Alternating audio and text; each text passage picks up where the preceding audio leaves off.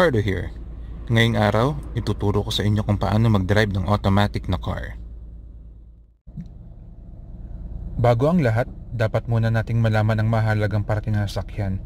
Ang pinakauna ay ang manibela or ang steering wheel. Ang tamang hand position sa manibela or steering wheel ay 9 o'clock and 3 o'clock.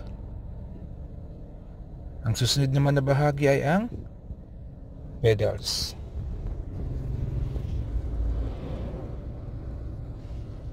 Ang kanang pedal ay ang gas pedal. Ang nasa kaliwang bahagi naman ay ang brake pedal.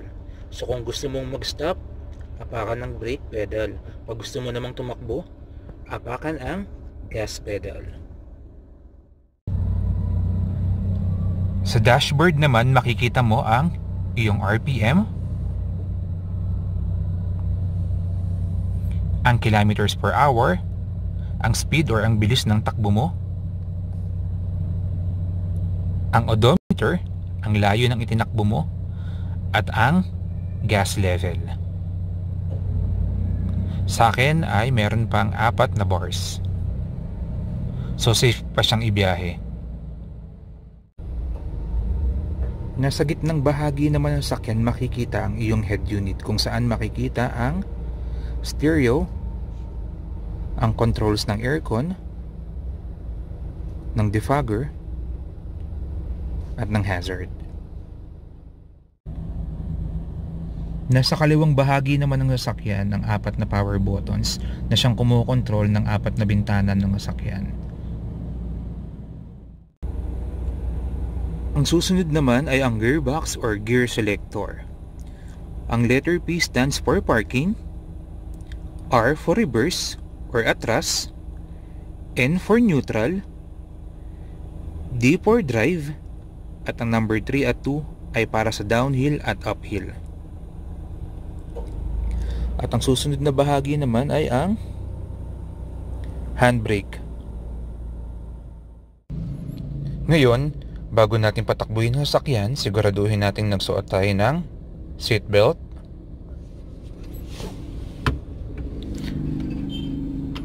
i-adjust ang rear view at side view mirror. Siguraduhin nakikita natin ang mga sasakyan at tao sa bandang likuran at gilid nito. And lastly,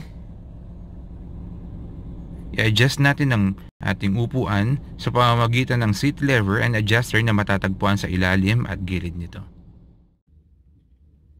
Bago tayo magpatakbo ng sasakyan, siguraduhin na ang gear lever natin ay nasa parking at ang handbrake or emergency brake ay naka-engage.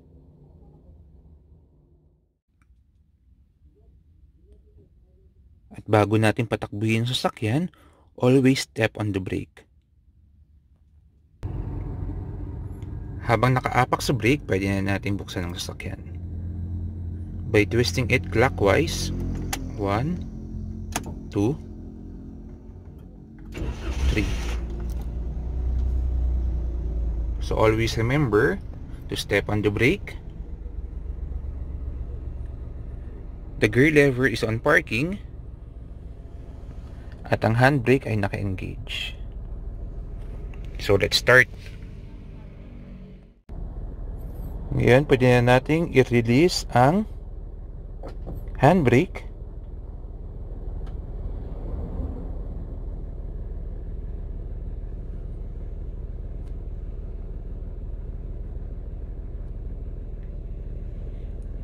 Ilipat from parking to drive.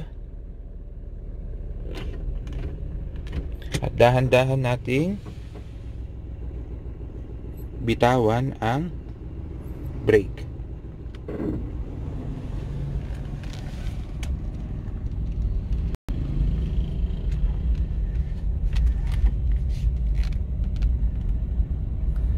And now we are moving.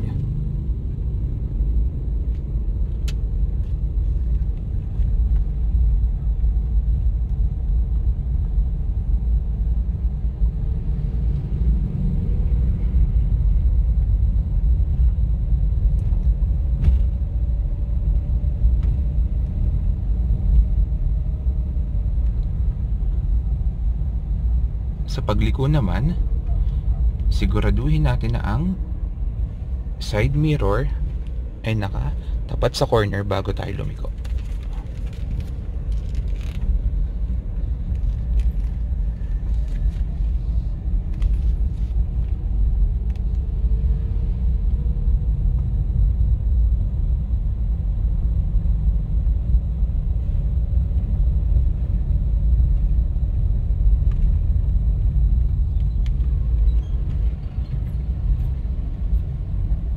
Ngayon, habang nakaalalay tayo sa brake,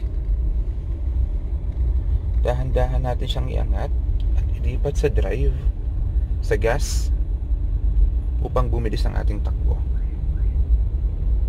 So from gas, diinan natin siya ng konti, alalay lang, para mas bumilis ang ating takbo. So from 10, gawin natin siyang 20 kilometers per hour.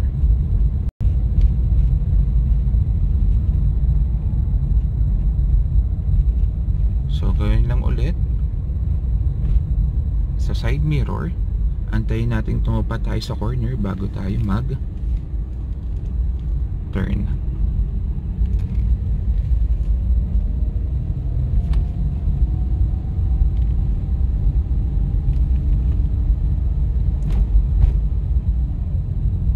Apak sa gas.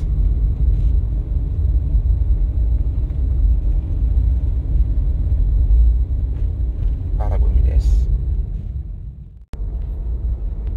Now, kung hihinto naman tayo for a long stop, for example, sa isang traffic light, from driving, i-press lang natin slowly ang brake. Ilipat ang gear selector from drive to neutral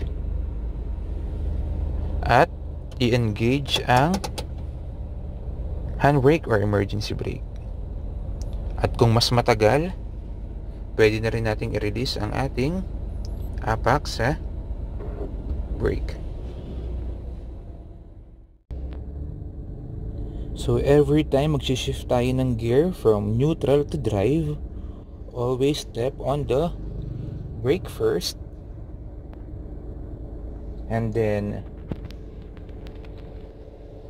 release the handbrake. Change the gear from neutral to drive and then slowly iangat natin ang paa natin sa brake pedal para mag-move ang ating sasakyan.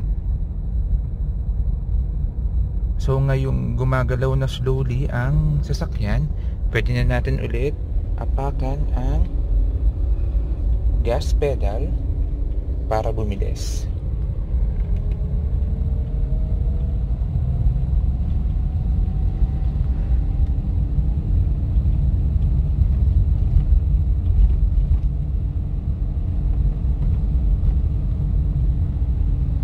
So dahil bago tayo sa pagdadrive or mga mag-aaral pa lang tayo mag-drive, always do things slowly. Huwag muna tayong magmadali. I-limit muna natin ang ating pagdadrive up to 30 kph.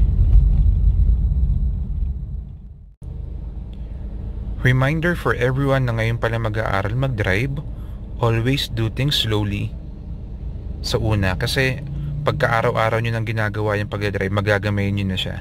So for now, habang nag-aaral pa lang tayo, mabagal lang muna, and then paunti-unti, pagka nag-i-increase na yung knowledge natin sa pagdadrive, tsaka natin unti-unting pabilisin yung sasakyan. Let's do it safely and confident sa pagdadrive. Kasi the more you drive, mas madali kayo matututo. Unti-unti nyo nang magagamay yung pagdadrive. So that will do it for today. I hope you enjoy it. Thank you for watching.